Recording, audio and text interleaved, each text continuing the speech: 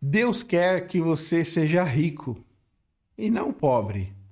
Deus quer que você seja patrão e não funcionário. Deus te constituiu como cabeça e não cauda. Deus não quer que você fique doente. Deus quer te ver bem. Deus está pronto para satisfazer os desejos do seu coração. Deus quer te dar o melhor dessa terra. Deus quer que você seja próspero.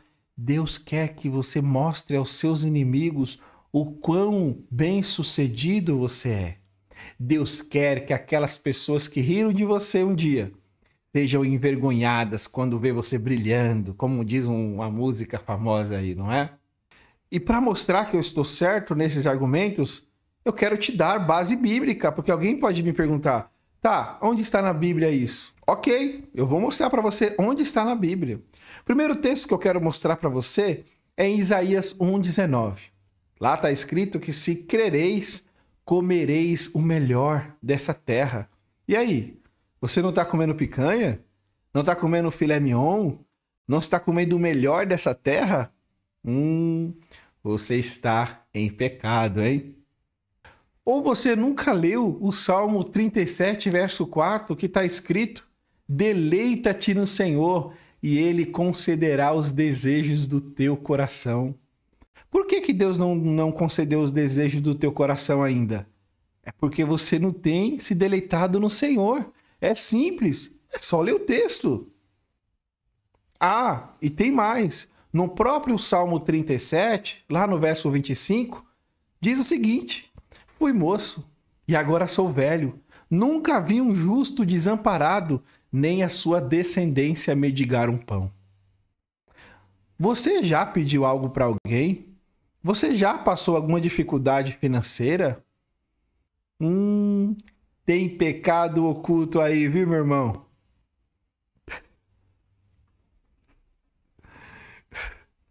É difícil fazer um vídeo assim e não dar risada.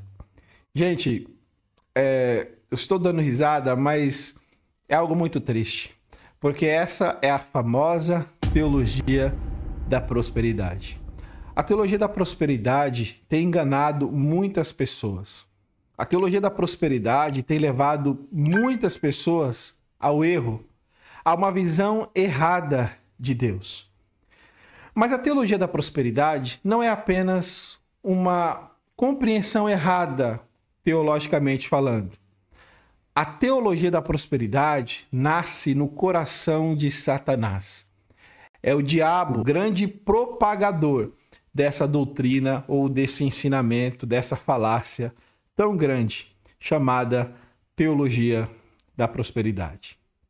E como vocês viram, um argumento como esse, os textos que eu abordei e li, na verdade citei, que estão todos aqui na minha mente, são usados por essas pessoas a fim de ludibriar, enganar o público, seus alvos, as pessoas que estão ali iludidas com a promessa ou as promessas de Deus a respeito dos bens deste mundo, da vida no aqui e no agora. O apóstolo João, escrevendo no capítulo 4, na sua primeira carta, diz que esses homens, esses falsos profetas, falam da parte do mundo, mas ele não para por aí. Ele diz que o mundo os ouve. Ou seja, quem dá credibilidade na teologia da prosperidade, na confissão positiva, e para quem não sabe o que é confissão positiva, é aquela palavra de autoajuda. Vai lá, toma posse, você nasceu para vencer, você vai conquistar, não receba o não de Deus, persista, meu irmão, você vai conseguir, vai envergonhar todos os seus adversários, aquelas pessoas que duvidaram de você. Isso é a confissão positiva, né? E o triunfalismo também, que está aí, eu diria, incluso nessa abordagem, nesse ensinamento e nessa promessa de que tudo dará certo. Desse modo, a teologia da prosperidade é uma doutrina diabólica porque deturpa algumas verdades que a Bíblia apresenta a respeito de Deus. Com isso, eu não estou dizendo que Deus não abençoa os seus servos. Com isso, eu não estou dizendo que Deus não dá prosperidade financeira aos seus servos, que Deus não cuida dos seus servos, que Deus não assiste os seus servos, que Deus muitas vezes livra os seus servos de doença e os coloca até mesmo em patamares diferentes. Aí, Bruno Henrique, é outro patamar. Mas o que geralmente essas pessoas fazem? Elas distorcem essas verdades.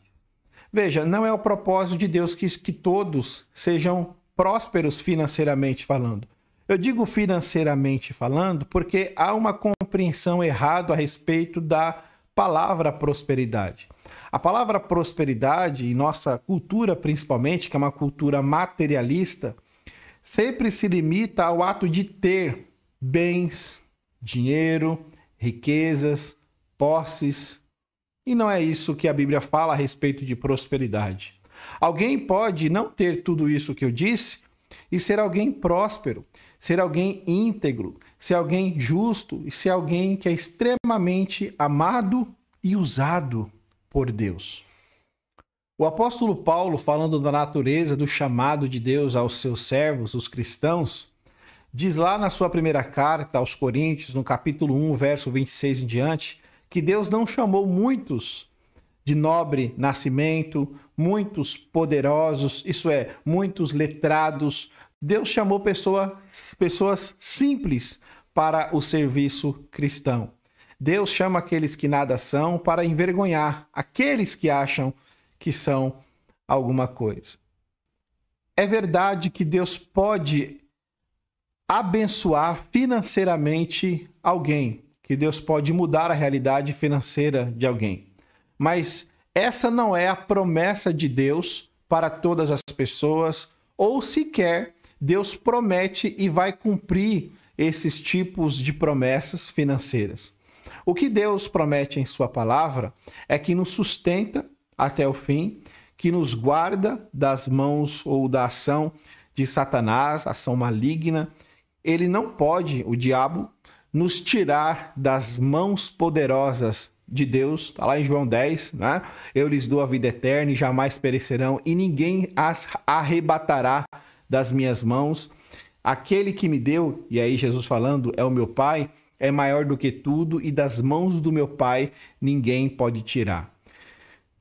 João, também escrevendo a respeito da promessa de Deus, na sua primeira carta, no capítulo 2, verso 25, diz: e esta é a promessa que ele mesmo nos fez, a vida eterna. Por que eu disse que essa teologia satânica tem levado muitos ao erro, ao engano, à queda? Porque essas pessoas ludibriadas, voltadas a esses ensinamentos, essas falsas promessas de que Deus tem que abençoar financeiramente falando as pessoas, que Deus, quanto mais ama a pessoa, mais ele dá bens materiais, que Deus mais abre portas para as pessoas, elas entregam a sua vida, entre aspas, para Jesus, não é? E começam ali uma caminhada, sendo simpatizantes da fé, então vão à igreja e passam a esperar esses tipos de promessas em suas vidas. E quando elas se deparam com a perseguição, talvez uma perseguição social, as pessoas passam a olhar para ela e dizer: olha, você agora é crente? Você agora anda com uma Bíblia debaixo do braço? Você agora vai a uma igreja? Você agora é um daqueles crentes chatos? Essas pessoas se deparam que o caminho do evangelho é renúncia, abnegação, porta estreita, caminho estreito. Veja, não é uma série de restrições do que pode ou não pode fazer, mas é por amor a Deus, ao evangelho, é renunciar todas essas coisas para seguir uma vida santa e de piedade ao Senhor. Então, quando elas se deparam com esses tipos de compromissos, não é? Comportamentos que Deus muda o nosso desejo por aquelas coisas que nós outrora tínhamos e agora nós temos outros desejos, novas vontades, nós somos nova criação, nós somos criados numa perspectiva e agora de uma forma diferente daquilo que nós éramos. É uma mudança radical da nossa vida. Então elas passam a abandonar o evangelho, quando na verdade nunca se converteram. Porque alguém que se converte verdadeiramente, essas atitudes, esses comportamentos são naturais de uma nova natureza. São os frutos ditos pela palavra de Deus. Esse vídeo também serve de consolo para você que talvez tenha passado alguma dificuldade financeira. Lembra dos amigos de Jó? Quando Jó estava padecendo, passando uma situação muito complicada e ali o próprio diabo, né, estava por detrás daquilo trabalhando, óbvio, com a soberania de Deus em cima ali, acompanhando tudo, porque Deus é soberano. Mas os amigos de Jó lançaram esse argumento: você está em pecado. O diabo faz isso. Você não tem? Porque você é pecador demais. Você não é próspero? Porque você não é alvo do amor de Deus. Olha fulano de tal. Olha ciclano como é abençoado. Você não. Lembra, meus irmãos, de Asaf, quando invejou a prosperidade dos ímpios, depois que ele veio cair em si e rever os seus conceitos, não é? Porque o amor de Deus aos seus filhos não está medido naquilo que eles têm, mas sim de quem eles são.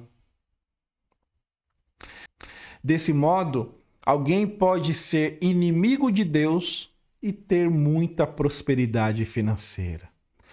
E digo mais, Deus pode desprezar alguém, sabe como? Deus pode aplicar a sua ira a alguém, sabe como? Dando condições financeiras, prosperidade, ou seja, viva feliz em seu pecado. Desfrute de tudo aquilo que você quer desfrutar. Lance o seu coração no mundo, vá lá, conquiste, ganhe tudo.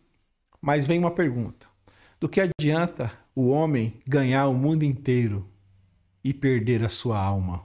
Ou o que dará o homem em troca da sua alma?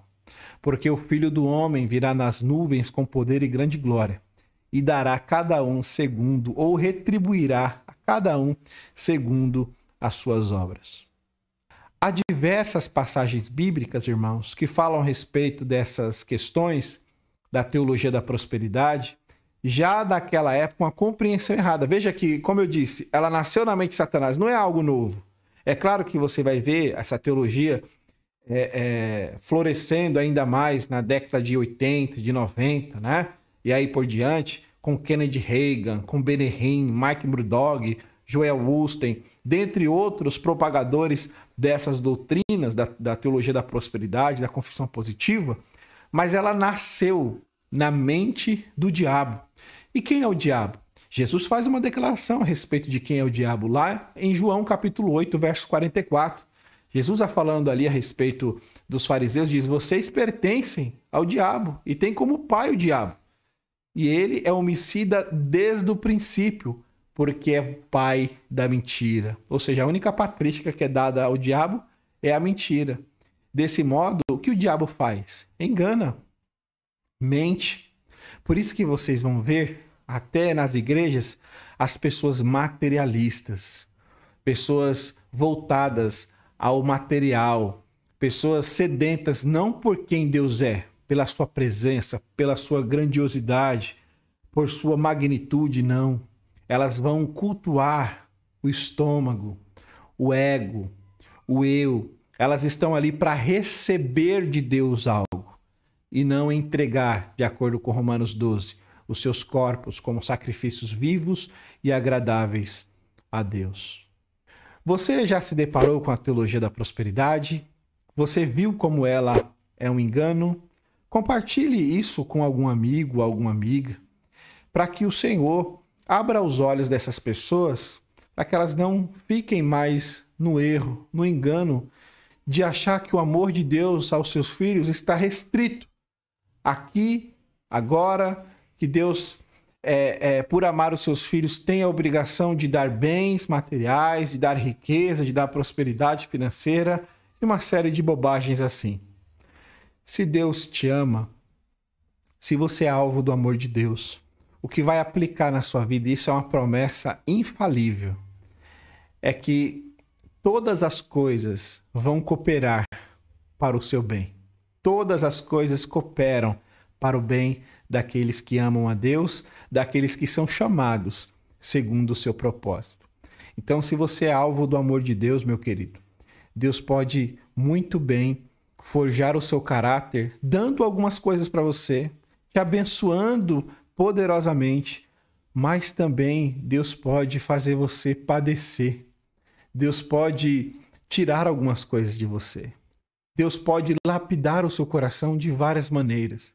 Deus pode fazer como aquela ilustração em Jeremias 18, do vaso de barro. Deus pode te quebrar e te fazer de novo, te reconstruir uma nova pessoa. Porque o processo de Deus em abençoar os seus filhos, muitas vezes é tirando, ao invés de acrescentando.